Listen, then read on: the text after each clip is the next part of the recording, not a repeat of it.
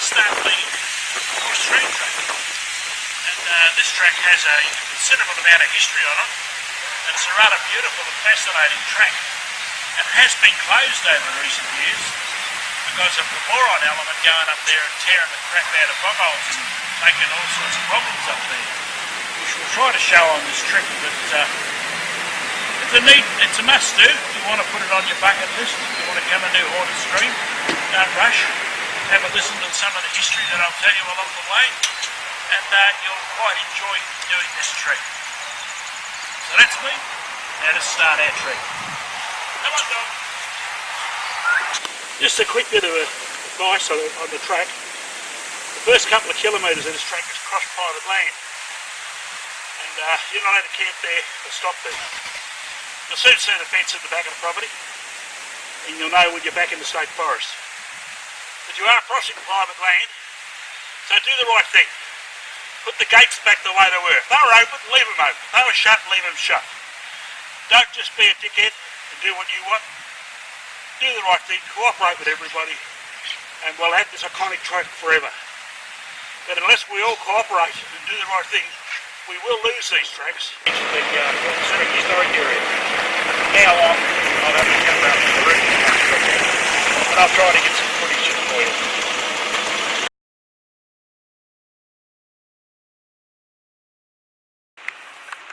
On the way in on Haunted Stream, this is some of the amazing scenery you get to see over. And I've done this track many times before, and I still love to look at the scenery. Just beautiful country in here, absolutely beautiful country. Isn't that amazing?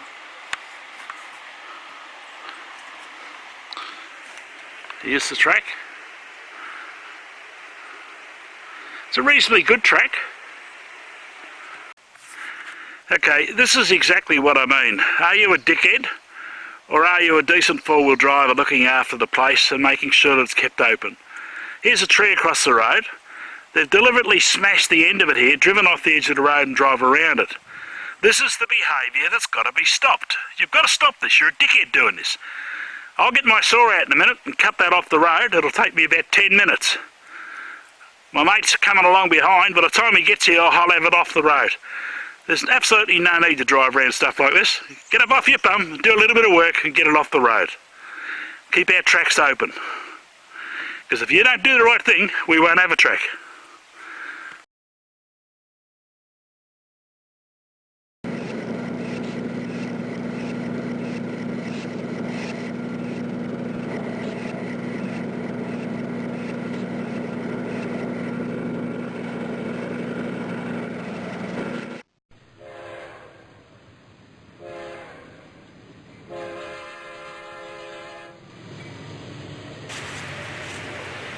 Okay guys, I'm sitting on the general store at John Cohen home, and this is the site that his store was built at, where Ballarat Harry is alleged to have come up and murdered him one night. He blew some dynamite up under his bed, blew him through the roof of the building, and he landed some 40 feet down the road down here. And his brother had a butcher shop about 100 feet away or so, timber building, another timber building, and he found his body on the ground. Now, as the story goes, the police were brought up here, the senior sergeant, and he's brought up here and he inspected the site, etc, etc, and he deemed it murder because he found some wick that was being burnt, you know, the dynamite wick that had been burnt. Now, the dynamite was planted under the bloke's bed that blew him through the roof.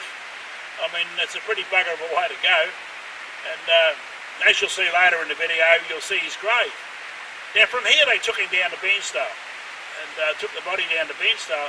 And that on its own would be a pretty horrific trip with a body that badly damaged, because there was only carts and horses and so forth and stagecoach. You get down there, and the track was pretty rough down to Beansdale from here. And anyway, they took him down to Beansdale. They did an autopsy on him. They deemed it was murder, and he's buried in the Beansdale Cemetery. And it's a bit of colourful history. The murders in this haunted stream don't end there. There's another murder that's happened on this haunted stream, and that's up at Dawson City. When you go up to Dawson City, Ballarat Harry and his mate that allegedly did the robbery down here had a falling out, and it's believed that his body is buried up around Dawson City somewhere, and nobody's ever found the body, so who knows where it is or what it is. But from reading up on this Ballarat Harry's colourful history, everywhere he seemed to go there were robberies and murders. And I think you might find that this bloke was involved with more than one or two robberies and murders. And I think he was a bit of a villain. Apparently he was some lord, alleged to be some lord that came out from England, but we'll never really know. And whatever happened to him, we'd never really know either. Apparently he died sometime later, and on his deathbed he admitted to this murder. But again, that's hearsay, it's not documented evidence, but she would have been a wild old town in a day up here. She would have been a wild old place to live. And I think there was lots and lots of robberies and lots of murders. And around Stirling here there are 3 cemeteries. And in the cemeteries there's not a lot of people, but there are quite a few people, a lot of kids. Fortunately, kids were the ones that suffered worst in these places from diphtheria and so forth, because people didn't clean the water, and they weren't too good with their human waste, and they dumped it in the rivers and caused all sorts of problems. But a very colourful history place, and I'll try to walk around the next day or two and see if I can find the grave sites and film them, but don't put money on it. I know roughly where they are on the map, but I don't know where they are on the ground. And finding them on the ground is not always easy when the scrub's this thick. That's it from Jim at the moment. I hope you're enjoying the trip so far. And I've started the trip at the Alpine Road, and I'm heading west on the road, west. And the story itself travels from east to west. And the first murder was down here, the second one was up the top there. So I hope you enjoy the history of this stream. I hope you enjoy the place. And please do the right thing. Stay out of the bogholes. Clear trees and rocks off the road. Only takes 5 minutes. You don't have to be stupid to get out and do it. But you are stupid by not doing it. You're causing a lot of problems. And we will lose access to these places. That's me. That's Jim. And as you can see, little Tina's had it too. She wants to get moving.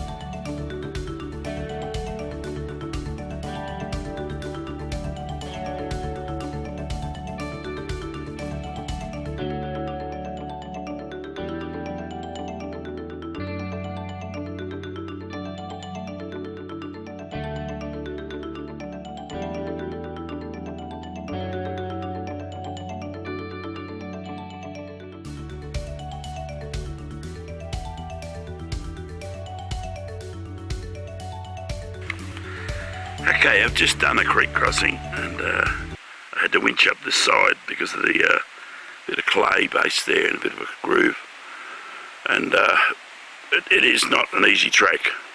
Incident with a skippy, bit of a shame. We're up at Dawson City now, which is up the headwaters of the Horn Stream, and this is where Ballarat Harry and his mate dropped out, had a falling out. And it's said to believe that somewhere around this town site is his mate's body. He murdered him and dumped his body around here. So there's the murder at each end of the stream, one down at Stirling and one up here. Around this old town site here, there's 3 burial sites. 2 of them are known, one can't be found. And it was a roaring town in the old days. And I've sort of looked back at it, and I think to myself, boy, they were hard and tough to live in those days. But as you can see, Cohen ended up in the cemetery. He was murdered at Stirling. Ballarat Harry's mate was murdered up here. And it goes to a great little story about the area. But the story doesn't finish there. The story goes on. When the first explorers came up here, they heard a sooty owl call. And at the end of the tape, I will put a sooty owl call in, and you'll be able to hear it, how scary it sounds in the dark at night. And I reckon that's how the Horn Stream got its name, by the owl calling. But the romantics amongst us, we all like to think it got the name by the murders up here and that the spirits are still wandering around. Either way, it's a great story to tell and a great place to come. And it's just taken me 4 hours to get up to here. I had to winch up a couple of hills, out of one creek and up one hill. And I got covered in mud from head to foot, of course, as usually do when you're crawling out and pulling winch cables in and out. But I wouldn't have missed it for a world. I haven't done this trick for a lot of years, and I've quite enjoyed it. But it's not for the faint-hearted. You want to be serious, and you want to have the gear to do it. You want to be well rigged out with winches, etc. And you also want to be well rigged out with the knowledge of how to use them safely without hurting yourself or damaging the bush.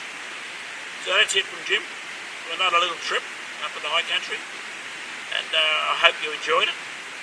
It might add a little bit of your knowledge to you on the areas, might make you stop and look at some of the interesting places up here. There's more about the country up here than just getting your 4-wheel drive, rushing around like an idiot, tearing up the place, getting in the mud holes and tearing to pieces. There's more to it than that. Come up and enjoy the history. Come and enjoy the place for what it was meant to be open for. Because if we don't start looking after these places and keep doing the stupid things that some of us morons are doing, I call them dickhead 4-wheel drivers, getting in the mud holes and going backwards and forth, there is absolutely no need for that. Making a mess behind every bush, not digging a hole. There's no need for that. And there's no need whatsoever, bloody ever, for wrapping winch cables around trees without putting tree protectors on them. There's just no need for it. You don't have to do it. Do it the right way. If you want to enjoy the place, enjoy it properly. If you're one of those dickheads, I suggest that you race down to your local car yard and sell your 4-wheel drive quickly while it's still worth a bit of money. Because you and your mates that keep on doing the stupidity that you are doing, we will all get locked out and there'll be nothing else but bushwalking into these areas. And well, look at me, I'm way past bushwalking, so I won't be coming in. And all the thousands of other people. Wake up to yourself. Do the right thing.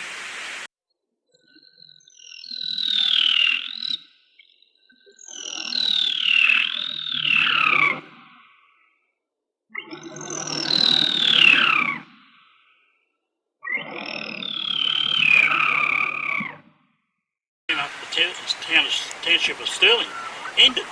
This is the grave of John Coleman. He died August the 6th, 1892, aged 34 years of age. And he was blown up, and that's how they killed him. And he was brought down to Bairnsdale. They did the autopsy on him in Bairnsdale, and they brought him over to the cemetery here. This is the Beansdale Cemetery, and they buried him in here. Misfortunately, our grave's starting to show a bit of age, but it is part of our history that we need to remember, and it's part of our history that we need to respect. And I hope you've enjoyed this story of the trials and tribulations of Haunted Stream and how it got the name, the murders that were on the stream. The other fellow that was murdered, we don't know where his body was buried, but it was buried up near Dawson City somewhere. That's where it's believed to be buried, but it's never been found. So we can have a lot of fun surmising on a lot of the area up there.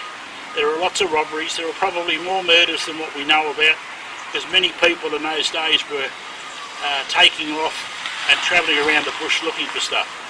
So you never know how many murders that were taking place in that area or in these gold mining areas. And the history of some of these people in these gold mining areas is always fantastic to read up about. And I hope you've enjoyed this video. I will be making some more along this line, but you've got to give me the time to do the research. So I look forward to seeing you out there next time, and I hope you follow the trail and appreciate the history as much as I do. That's it for Jim, and I hope you have fun.